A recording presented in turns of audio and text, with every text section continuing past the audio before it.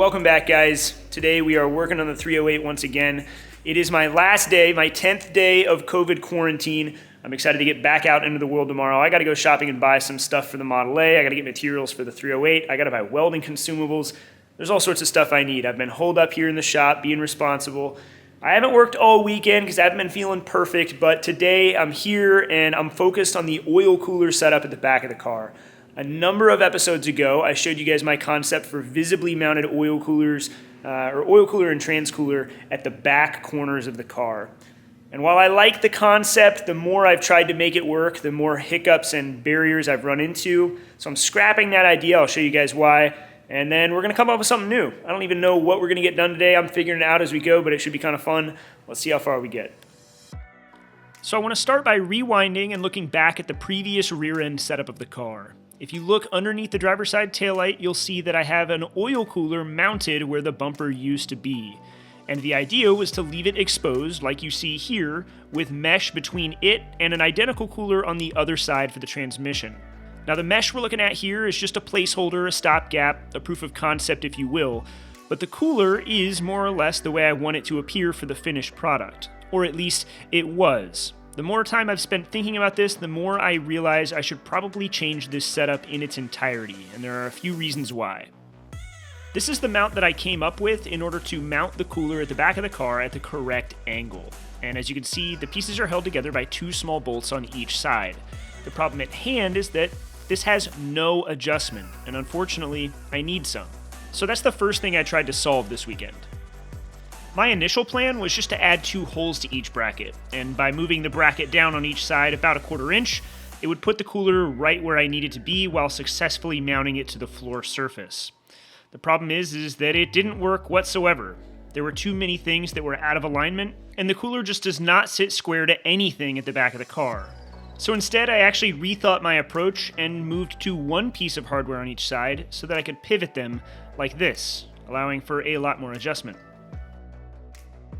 While the pivoting mounts did solve most of the geometry issues and got the cooler where I want it to be, the next problem is the fact that the fittings coming out of the back of the cooler simply don't point in any useful direction. The upper one has to navigate past the wing mount, and the lower one would have to go through it, and I don't want to cut it up.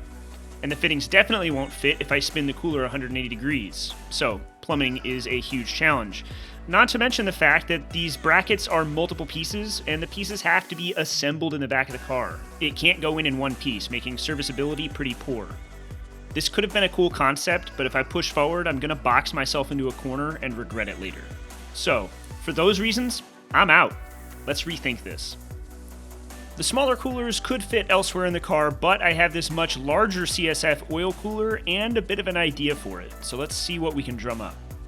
It might seem like we have a ton of space to work with in the back of the car, but I think once we have an exhaust in place and our diffuser installed, we're gonna run out pretty quickly. So my goal at the moment is to build a mount for this oil cooler that can hold it flat, parallel to the earth. This will create some challenges with getting airflow through it, but I think it'll be an efficient use of space, and I like to imagine it'll look pretty good once we get the whole thing set up. So let's build those mounts.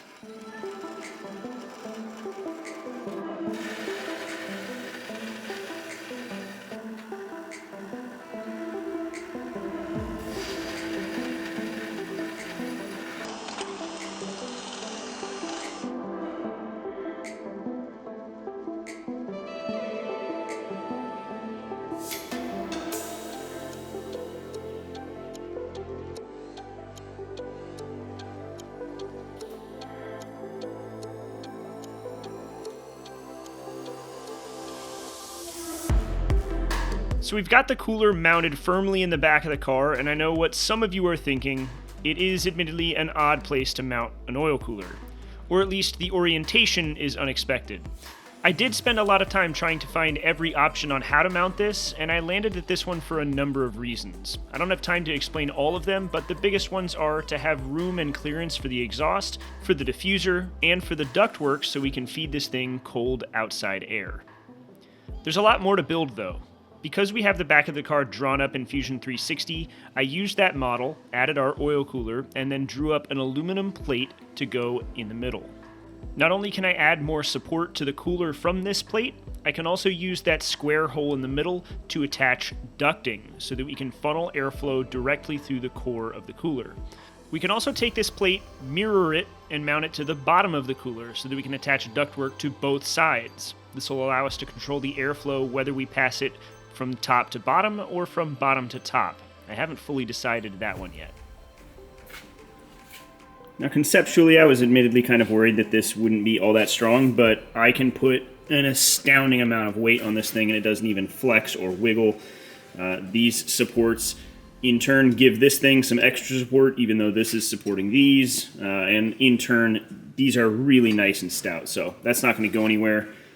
And then from a plumbing perspective, I'm going to need to get kind of a 180 fitting or close to it here, and we're going to run from the outlet on our oil filter, probably down this way, underneath this guy, and then into one of these, and then out the other one, and it'll travel forward and go right into here. So plumbing should be really simple. I'll probably try to knock that out, or I'll see if I have fittings that are close enough, and then we'll talk about ducting. We're back to working with Vibrant Performance's PTFE lined race hose, and while this stuff can be a chore to work with, it's definitely worth the effort. This stuff is really lightweight, and it'll hold up to any type of fuel or fluid that you want to run through it, including alcohol-based fuels, although in this case it only has to hold up to motor oil. All right, so bear with me, we need a lot of hose management, but we've got this one in place and this one in place. This one later will actually go through this section of the chassis here, so it's up and over right now. That's not its final point, but I've got to cut some sheet metal out, but that'll come down to here. And then this one, I need to like make some mounts to kind of hold the cables up, or hoses up underneath this thing, and that'll run kind of either next to it or underneath it up to this guy here. And I think that leaves just 2 oil hoses left for the car, and that should be all of the plumbing. There might be one coolant line to run to the front. I'm not entirely sure. I think I have to build that one on the car. There's one fitting on another coolant line I got to put on, but we're pretty close on all the plumbing. I'm going to try to just knock it out behind the scenes. I know you guys don't want to see even more of that, or I'd imagine. I don't know. Once we have the plumbing done, we're actually getting pretty close to being able to fill this thing up with fluids and fire it up.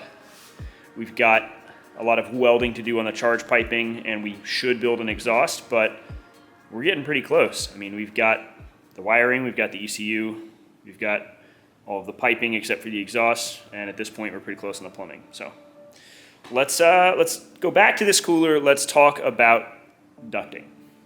I bought these plastic ducts in order to funnel air through the smaller oil coolers that were part of the previous setup. We're not going to use them in the final product this time around, but they're going to be helpful for talking about concepts and what we want to execute, so let's set them up in the back of the car. We need these in order to pull cold air from outside the engine bay through the cooler and then back outside the car. If we don't, we're simply going to be trying to cool the oil down with hot engine bay air, and that won't work. What we're looking at here might not be elegant, but it's a good place to start. Now, these pieces are definitely more of a proof of concept. If we keep something like this at the back of the car, I'd like it to either be carbon or remake it out of aluminum and have some nice HD clamps to some hard metal tubing. But it's at least an idea of how this could work. Honestly, I really am not totally sure how to duct this. The dream would be to use the NACA ducts on the side of the car. This side used to feed the engine intake, and the other side fed an oil cooler. And if you look way up in there, you can see the inside of that inlet right there, that yellow hole. The problem is getting tube work from that hole back here. I could get kind of to the mid-plane of the engine bay, but there's an intercooler in the way here, and there's really not much more room, even without an intercooler there, to get through on this side. And keep in mind, there's going to be a coilover and a wheel and all sorts of other stuff on the other side of this. So I'm really not sure how to accomplish that yet. I would like to, but I think I'm going to have to scrap that idea, which means either retaining something like this, prettying it up, and then using NACA ducts on the flat surface of the engine cover, which I imagine would work pretty well, a NACA duct back here, but that would be a question for RS Future, or honestly some of you guys that watch these episodes, such as Rob, Benzina, I know you know your stuff. You guys might be able to tell me if that's even a possible solution.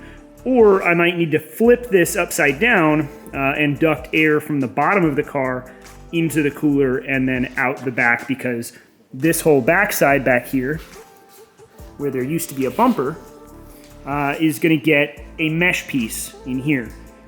We looked at that in a previous episode, obviously, as you guys know, and I think I want to do a proof of concept and see what it looks like if we bring the mesh all the way over. So let's fiddle with that for now and see what it looks like. It seems like every project starts out with a cardboard template, and this one is no different. But after trimming it out, we've got a template that will fit nicely in the back of the car, and now we need to transfer it to some perforated aluminum. This is the same material we made the last rear mesh piece out of, and I want to reiterate that this isn't a final material choice. It's just something that I have around here in the shop, and we're going to use it as a placeholder, something to help us refine the direction that we're going in and see if this is even going to be what I want it to be.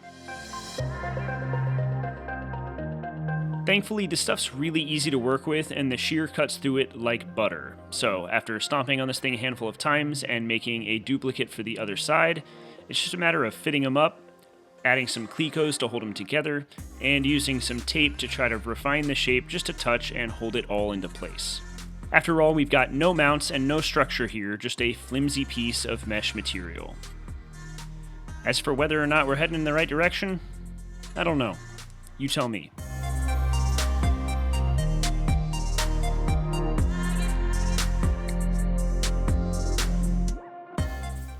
I feel like that's going to get some mixed reactions. Understandably, I'm not sold on it. It needs something more. I know that it looks odd without the engine cover on the back, the rear hatch, if you will. And the mesh being silver is quite off-putting. I'm trying to picture it black because it will definitely be black on the final product. I'm trying to imagine maybe if the exhaust comes through there somewhere, having a nice trim panel on it, that type of thing. Overall, I'm not sure. It also would look better as one single piece, not split in the middle where you can see it. I like the concept, but I gotta flesh this out some more. I may even flirt with the idea of trying to measure this whole thing up and draw it in CAD, and then having laser cut kind of slats go across, something that looks a little bit more factory Ferrari. I don't know. I know that this will wind up looking very challenge car, especially once there's a big wing on the back of the car, but I don't know. I gotta mull this one over. I'm not sold on it the second that it's done. I think I might throw some black paint on it and see what it looks like. Try to step back a little bit more, maybe throw the rear hatch on it, and get a better idea of what it really will look like in its final form. Because right now all I'm seeing is just a big silver thing there, and that doesn't look good. I'm trying to use my imagination. But that's for a different episode.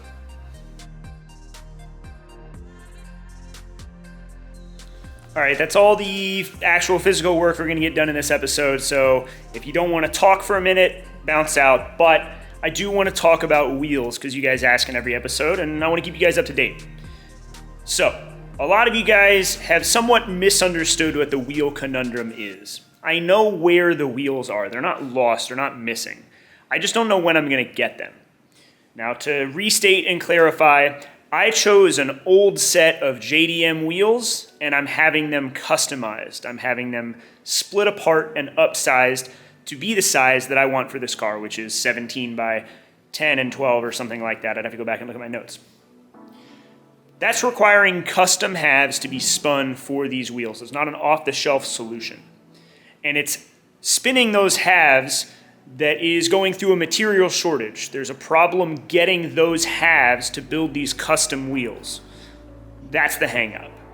Now, I did get an update. We now have 6 of our 8 halves total, so we only have 2 more that we're waiting on, which is, well, 75% of the way there. But I still don't know when I'm gonna get them. It's kind of unfortunate, but at this point, I've waited this long, I can wait a little bit longer.